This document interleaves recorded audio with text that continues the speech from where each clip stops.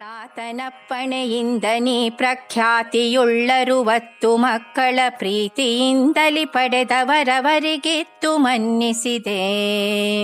ವೀತಿಹೋತ್ರನ ಸಮಳೆನಿಸುವ ಪ್ರಸೂತಿ ಜನನಿ ತ್ವದಂಘ್ರಿ ಕಮಲಕ್ಕೆ ನಾತುಚಿಸಿ ತಲೆ ಬಾಗುವೆ ಎಮ್ಮ ಕುಟುಂಬ ಸಲಹುವುದು. ನಮಾಮಿ ಕೃಷ್ಣಂ ಪ್ರವಿಲುಪ್ತತೃಷ್ಣಂ ಸ್ಮರಾಮಿ ಬಾಲಂ ಮನಸಾ ಸದಾಲಂ ಭಜಾಮಿ ದೇವಂ ದುರಿತೌಖದಾವಂ ದಯಾಭಿರಾಮಂ ದಯಿತಂ ನಿಕಾಮಂ. ದಾಸವರ್ಯನ್ ಭಯಯುಕ್ತಂ ದೂರೀಕೃತ ದುರಾಶಿಷಂ ಹರಿಕಥಾಮೃತ ಸಾರ ವಕ್ತಾರಂ ಜಗನ್ನಾಥ ಗುರುಂ ಭಜ. ಶ್ರೀ ಹರಿಕಥಾಮೃತ ಸಾರ ದೇವತಾ ತಾರತಮ್ಯ ಸಂಧಿ ಪದ್ಯ 29. ತಾತನಪ್ಪಣೆಯಿಂದ ನೀ ಪ್ರಖ್ಯಾತಿಯುಳ್ಳರವತ್ತು ಮಕ್ಕಳ ಎಂಬ ಪದ್ಯದ ಮೂಲಕ ಶ್ರೀ ಜಗನ್ನಾಥದಾಸಾರ್ಯರು 15ನೇ ಕಕ್ಷಾಪನ್ನರಾದ ಪ್ರಸೂತಿ ದೇವಿಯರನ್ನು ಸ್ತುತಿಸುತ್ತಾರೆ. ತಸ್ಯ ಜನಕಃ ಪಿತಾ ಎಂಬ ಕೋಶರೀತ್ಯ ತಾತನೆಂದರೆ ಪಿತಾಮಹ ನಾಮಕರಾದ ಚತುರ್ಮುಖ ಬ್ರಹ್ಮದೇವರು ಎಂದರ್ಥ. ಅಂತಹ ತಾತನಾಮಕರಾದ ಬ್ರಹ್ಮದೇವರ ಆಜ್ಞಾ ಪ್ರಕಾರ ಅಪ್ಪಣೆಯಿಂದ ದಕ್ಷ ಪ್ರಜಾಪತಿಯನ್ನು ವಿವಾಹವಾಗಿ ಕೀರ್ತಿವಂತರಾದ 60 ಮಂದಿ ಕನ್ಯೆಯರನ್ನು ಪಡೆದಳು ಸಾಧ್ವಿಮಣಿ ಪ್ರಸೂತಿ ದೇವಿ. ಪ್ರಸೂತಿ ದೇವಿಯ ಈ 60 ಜನ ಹೆಣ್ಣು ಮಕ್ಕಳ ವಿವರ ಇಂತಿದೆ.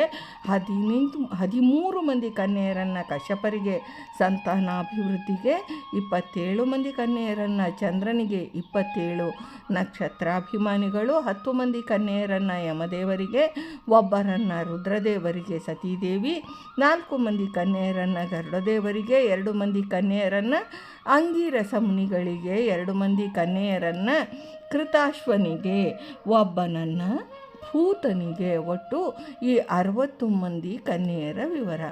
ಪ್ರಸೂತಿ ದೇವಿಯು 15ನೇ ಕಕ್ಷಾಪನ್ನರಾದ ಅಗ್ನಿದೇವರಿಗೆ ಸಮಾನರು. ಅಗ್ನಿಗೆ ವೀತಿಹೋತ್ರ ಎಂಬ ನಾಮ.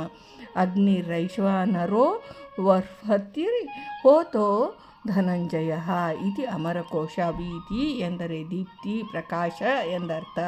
ತನ್ನ ಪ್ರಕಾಶದಿಂದ, ಪ್ರಖರವಾದ ತೇಜಾಂಶದಿಂದ ದಹನ ಶಕ್ತಿ ಉಳ್ಳವನಾದ್ದರಿಂದ ಅಗ್ನಿಯು ವೀತಿಹೋತ್ರ ನಾಮಕನು.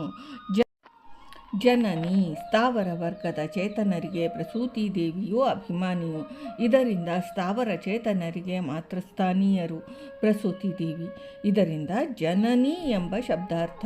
ಅಂತಹ ಪ್ರಸೂತಿ ದೇವಿಯೇ ನಿನ್ನ ಚರಣಾರವಿಂದಗಳಿಗೆ ಭಕ್ತಿ ಪುರಸ್ಸರವಾಗಿ ವಂದಿಸುತ್ತೇನೆ. ನಮ್ಮೆಲ್ಲರ ಪುತ್ರ ಪುತ್ರಿ ಕುಟುಂಬ ವರ್ಗದವರನ್ನು ಸಂರಕ್ಷಿಸು ಎಂದು ಪ್ರಾರ್ಥಿಸುತ್ತಾರೆ. ಭಾರತೀ ರಮಣ ಮುಖ್ಯ ಪ್ರಾಣಾಂತರ್ಗತ ವೃಂದಾವನ ವಿಹಾರಿ ಶ್ರೀಕೃಷ್ಣಾರ್ಪಣಮಸ್ತು.